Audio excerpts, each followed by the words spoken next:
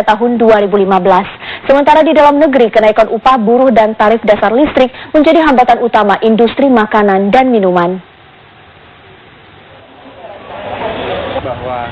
Industri makanan dan minuman akan menghadapi berbagai hambatan dalam 3 tahun ke depan. Hal itu menyebabkan target industri makanan minuman pada tahun ini hanya dipatok di angka 8%. Menjelang diberlakukannya Masyarakat Ekonomi ASEAN pada tahun 2015, produsen makanan dan minuman akan bersaing ketat dengan produk sejenis dari luar negeri, terutama produk makanan jadi seperti mie instan, kecap, susu yang diproduksi di Singapura, Thailand, Vietnam, dan Malaysia. Direktur Utama Antoni Salim mengakui persaingan di industri makanan dan minuman pada tingkat ASEAN bukan perkara mudah. Pertumbuhan ekonomi yang stabil dengan daya beli masyarakat yang baik membuat Indonesia sebagai pasar menggiurkan dalam bisnis makanan dan minuman. Sementara itu dari dalam negeri, industri makanan minuman juga menghadapi tantangan pembengkakan biaya produksi akibat kenaikan upah buruh dan tarif dasar listrik. Dilihat dari total ASEAN, kan nanti dalam waktu kurun 5 tahun, ASEAN merupakan satu market yang akan mempunyai kondisi yang sama, karena interchangeability-nya dari ASEAN sendiri akan cuma 5% kalau tidak salah. Nah ini semua mesti dimasukkan dalam konsideran, sebab kalau tidak, kita fokus ke dalam negeri, yes, tapi ke regional juga harus. Kalau tidak, nanti kita akan tertinggal dengan teman-teman kita yang dari Thailand maupun Malaysia akan masuk Indonesia, tapi tahun lalu pertumbuhan industri makanan minuman tercatat 12,75%, melampaui target awal sebesar 8,2%. Sementara itu, investasi di sektor ini juga meningkat signifikan, yakni dari dalam negeri naik 40% menjadi 11,2 triliun rupiah, dan investasi asing naik 61,4% menjadi 16,4 triliun rupiah. Dari Jakarta, tim TV One mengabarkan.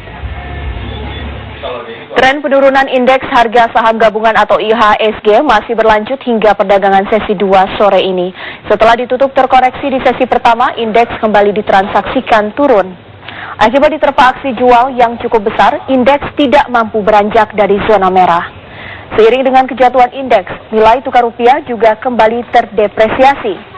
Berdasarkan data Bank Indonesia, kurs tengah rupiah hari ini ditransaksikan turun tipis ke level 9.811 per dolar Amerika.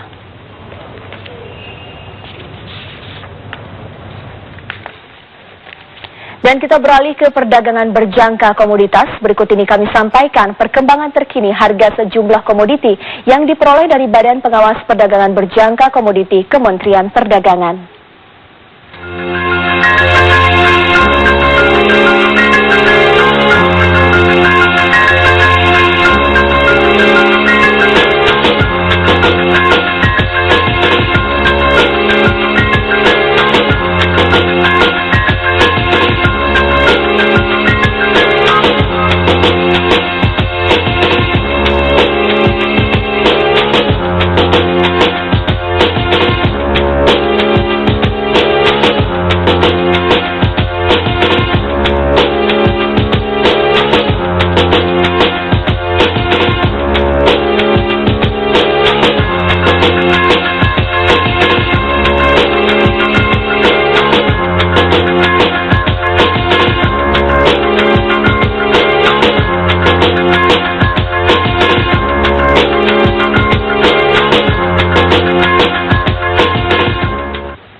Pemirsa, perusahaan elektronik asal Jepang Panasonic kembali melakukan pengurangan karyawan sebanyak 5.000 karyawan pada tahun ini.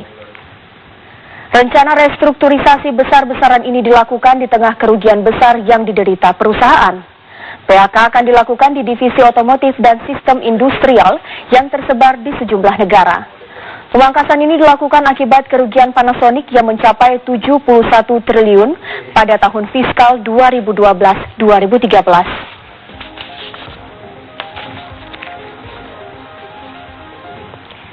Pemirsa, kabar ini sekaligus menutup kabar pasar untuk hari ini. Saya Cica Anissa, terima kasih dan sampai